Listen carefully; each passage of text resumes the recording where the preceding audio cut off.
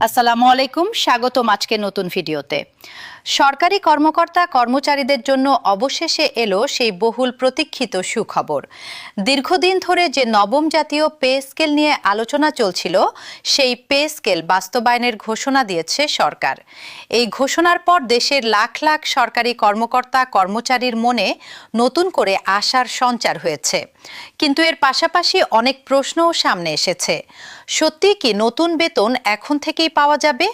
কোন গ্রেডে কতটা বেতন বাড়বে? ভাতা কি আগের মতোই থাকবে নাকি পরিবর্তন হবে? আর যেহেতু পে স্কেল কার্যকর করার ঘোষণা এসেছে, তাহলে কেন এখনো অনেকেই নতুন বেতন হাতে পাচ্ছেন না? আজকের ভিডিওতে আমরা আলোচনা করব নবম পে স্কেল নিয়ে এখন পর্যন্ত পাওয়া সর্বশেষ তথ্য, বিভিন্ন নির্ভরযোগ্য গণমাধ্যমে প্রকাশিত প্রতিবেদন, অর্থ বিভাগের আলোচনার অগ্রগতি, সম্ভাব্য বাস্তবায়ন পদ্ধতি এবং সামনে কি কি ঘটতে পারে। তাই ভিডিওটি শেষ পর্যন্ত দেখুন। দীর্ঘদিন ধরে সরকারি কর্মকর্তা কর্মচারীরা নতুন পে স্কেলের অপেক্ষায় ছিলেন, কারণ সর্বশেষ জাতীয় পে স্কেল কার্যকর হওয়ার পর ইতোমধ্যে অনেক বছর পার হয়ে গেছে। এই সময়ের মধ্যে দেশের বাজারে নিত্য প্রয়োজনীয় দ্রব্যের দাম উল্লেখযোগ্যভাবে বেড়েছে। জীবনযাত্রার ব্যয় বেড়েছে, বাসা ভাড়া বেড়েছে, চিকিৎসা ব্যয় বেড়েছে, শিক্ষা ব্যয় বেড়েছে। ফলে অনেক সরকারি চাকরিজীবী মনে করছিলেন যে বর্তমান বেতন কাঠামো দিয়ে সংসার চালানো আগের তুলনায় অনেক বেশি কঠিন হয়ে পড়েছে। এই বাস্তবতা বিবেচনা করেই সরকার নতুন পে স্কেল প্রণয়নের উদ্যোগ নেয়। পে কমিশন গঠন করা হয়। কমিশন দীর্ঘ সময় ধরে বিভিন্ন মন্ত্রণালয়, বিভাগ, বিশেষজ্ঞ এবং সংশ্লিষ্ট ব্যক্তিদের মতামত গ্রহণ করে একটি সুপারিশমালা প্রস্তুত করে। সেই সুপারিশের ভিত্তিতেই এখন নতুন পে স্কেল বাস্তবায়নের কাজ এগিয়ে চলছে। সরকার ঘোষণা দিয়েছে যে নতুন পে স্কেল ১ জুলাই ২০২৬ থেকে কার্যকর করার পরিকল্পনা নেওয়া হয়েছে। এই ঘোষণার পর অনেকেই মনে করেছিলেন জুলাই মাস থেকেই সবাই নতুন বেতন হাতে পেয়ে যাবেন, কিন্তু বাস্তবতা হলো বিষয়টি এতটা সহজ নয়। কারণ একটি নতুন পে স্কেল কার্যকর করতে শুধু ঘোষণা দিলেই হয় না, এর জন্য সরকারি গেজেট প্রকাশ করতে হয়, প্রজ্ঞাপন জারি করতে হয়, প্রতিটি গ্রেডের নতুন বেতন নির্ধারণ করতে হয়, বিভিন্ন ভাতার নতুন কাঠামো চূড়ান্ত করতে হয়, হিসাবরক্ষণ বিভাগের সফটওয়্যার হালনাগাদ করতে হয়, প্রতিটি দপ্তরে নতুন বেতন বিল প্রস্তুতের ব্যবস্থা করতে হয়। এই পুরো প্রক্রিয়া শেষ না হওয়া পর্যন্ত বাস্তবে নতুন বেতন প্রদান শুরু করা সম্ভব হয় না। এখন আসা যাক সবচেয়ে গুরুত্বপূর্ণ বিষয়ে, কোন গ্রেডে কতটা সুবিধা পাওয়া যেতে পারে। পে কমিশনের সুপারিশ অনুযায়ী নিম্ন গ্রেডে কর্মকর্তা কর্মচারীদের জন্য তুলনামূলক বেশি বেতন বৃদ্ধির প্রস্তাব করা হয়েছে। বিশেষ করে ১১তম থেকে ২০তম গ্রেড পর্যন্ত কর্মচারীরা সবচেয়ে বেশি সুবিধা পেতে পারেন।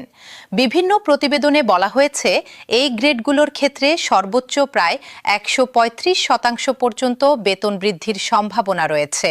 অন্যদিকে প্রথম থেকে দশম গ্রেডের কর্মকর্তাদের ক্ষেত্রেও উল্লেখযোগ্য হারে বেতন বাড়ানোর পরিকল্পনা রয়েছে।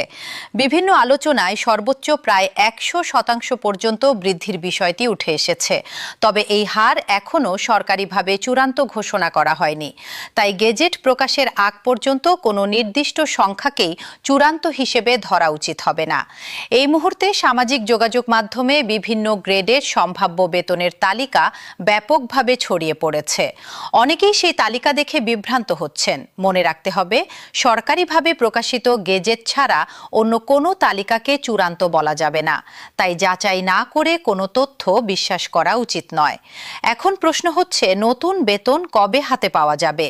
এ বিষয়ে এখনো নির্দিষ্ট কোনো তারিখ ঘোষণা করা হয়নি। তবে সংশ্লিষ্ট সূত্রগুলো বলছে, গেজেট প্রকাশ, প্রজ্ঞাপন জারি এবং কারিগরি প্রস্তুতির কাজ শেষ হওয়ার পর নতুন বেতন প্রদান শুরু হতে পারে। অনেক কর্মকর্তা কর্মচারীর আরেকটি প্রশ্ন হলো, যদি জুলাই থেকে পে স্কেল কার্যকর হয়, তাহলে পরে বেতন দিলে কি আগের মাসগুলোর টাকাও পাওয়া যাবে?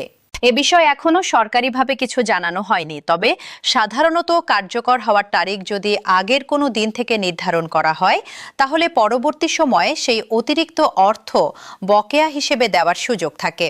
তবে এটি সম্পূর্ণ নির্ভর করবে সরকারের চূড়ান্ত সিদ্ধান্ত এবং প্রজ্ঞাপনের ভাষার ওপর। নতুন পে স্কেল বাস্তবায়নের জন্য সচিব পর্যায়ে একাধিক বৈঠক অনুষ্ঠিত হয়েছে। সংশ্লিষ্ট কমিটি বিভিন্ন দিক পর্যালোচনা করছে। বেসামরিক সামরিক প্রশাসন, বিচার বিভাগ এবং সশস্ত্র বাহিনীর বেতন কাঠামো নিয়েও আলাদা আলোচনা হয়েছে। সরকারের সামনে এখন দুটি গুরুত্বপূর্ণ বিষয় রয়েছে। প্রথমটি হল সরকারি কর্মকর্তা কর্মচারীদের জন্য একটি বাস্তবসম্মত বেতন কাঠামো নিশ্চিত করা। দ্বিতীয়টি হল সরকারের আর্থিক সক্ষমতা বজায় রাখা। এই দুই বিষয়ে সমন্বয় করে চূড়ান্ত সিদ্ধান্ত নেওয়া হবে। বিভিন্ন সূত্রে জানা গেছে, মূল বেতন আগে কার্যকর করে পরে বিভিন্ন ভাতা সমন্বয় করার বিষয়টি গুরুত্বের সঙ্গে বিবেচনা করা হচ্ছে। কারণ এতে বাস্তবায়ন সহজ হবে এবং সরকারি হিসাব ব্যবস্থায় বড় ধরনের জটিলতা তৈরি হবে না। তবে এটি এখনও আলোচনার পর্যায়ে রয়েছে। এখন অনেকের প্রশ্ন, ভাতার ক্ষেত্রে কি পরিবর্তন আসতে পারে? এ বিষয়ে বিভিন্ন প্রতিবেদনে বলা হয়েছে যে বাড়ি ভাড়া ভাতা, চিকিৎসা ভাতা এবং অন্যান্য আর্থিক সুবিধা নতুন বেতন কাঠামোর সঙ্গে সামঞ্জস্য রেখে পুনর্বিন্যাস করা হতে পারে। কিছু ভাতা একীভূত করার বিষয়েও আলোচনা চলছে, তবে সরকারিভাবে চূড়ান্ত সিদ্ধান্ত এখনো প্রকাশ করা হয়নি। নতুন পে স্কেল বাস্তবায়নের জন্য জাতীয় বাজেটেও উল্লেখযোগ্য পরিমাণ অর্থ বরাদ্দ রাখা হয়েছে। সরকারের পরিকল্পনা হল ধাপে ধাপে বাস্তবায়নের মাধ্যমে সরকারি অর্থনীতির ওপর অতিরিক্ত চাপ না দিয়ে নতুন বেতন কাঠামো কার্যকর করা। অর্থনীতিবিদদের একটি বড় অংশ মনে করেন, বর্তমান মূল্যস্ফীতির সময়ে সরকারি কর্মকর্তা কর্মচারীদের বেতন বৃদ্ধি অত্যন্ত প্রয়োজনীয় ছিল। কারণ গত কয়েক বছরে দ্রব্যমূল্যের যে ঊর্ধ্বগতি হয়েছে তার সঙ্গে পুরনো বেতন কাঠামোর সামঞ্জস্য রাখা কঠিন হয়ে পড়েছিল। অন্যদিকে সুশাসন নিয়ে কাজ করা বিশেষজ্ঞদের মতে, শুধু বেতন বৃদ্ধি করলেই সব সমস্যার সমাধান হবে না। একই সঙ্গে প্রশাসনের স্বচ্ছতা, জবাবদিহি এবং দুর্নীতি প্রতিরোধের ব্যবস্থাও আরও শক্তিশালী করতে হবে। এখন সামনে কি হতে পারে? সবকিছু ঠিক থাকলে খুব শিগগিরই সরকার নবম পে স্কেলের পূর্ণাঙ্গ গেজেট প্রকাশ করবে। সেই গেজেটে প্রতিটি গ্রেডের নতুন মূল বেতন, বার্ষিক ইনক্রিমেন্ট, বিভিন্ন ভাতা এবং অন্যান্য আর্থিক সুবিধার বিস্তারিত তথ্য থাকবে। এরপর ধাপে ধাপে নতুন বেতন কার্যকর করা হবে। আমরাও সরকারি গেজেট প্রকাশের সঙ্গে সঙ্গে প্রতিটি গ্রেডের নতুন বেতনের বিস্তারিত বিশ্লেষণ নিয়ে ভিডিও প্রকাশ করব। কোন গ্রেডে কত টাকা বেতন বাড়ল, আগের তুলনায় কত পার্থক্য হলো, মোট হাতে কত টাকা পাওয়া যাবে এবং নতুন পে স্কেলের প্রতিটি গুরুত্বপূর্ণ বিষয় সহজ ভাষায় তুলে ধরা হবে। তাই আপনি যদি সরকারি চাকরিজীবী হন অথবা আপনার পরিবারের কেউ সরকারি চাকরিতে কর্মরত থাকেন, তাহলে অবশ্যই আমাদের সঙ্গে থাকুন। কারণ যাচাই করা এবং নির্ভরযোগ্য তথ্যই আমরা আপনাদের সামনে তুলে ধরার চেষ্টা করি। ভিডিওটি যদি আপনার কাছে তথ্যবহুল মনে হয়ে থাকে, তাহলে একটি লাইক দিয়ে আপনার মতামত কমেন্টে জানাতে পারেন। এই তথ্যটি অন্যদের জানাতে ভিডিওটি শেয়ার করুন। আর ভবিষ্যতে নবম পে স্কেল, সরকারি চাকরি, বেতন ভাতা এবং সরকারি প্রজ্ঞাপনের সর্বশেষ আপডেট সবার আগে পেতে সাবস্ক্রাইব করে পাশে থাকা নোটিফিকেশন চালু করে রাখুন। আজকের মতো এখানেই শেষ করছি। সবাই ভালো থাকবেন, সুস্থ থাকবেন। আল্লাহ হাফেজ।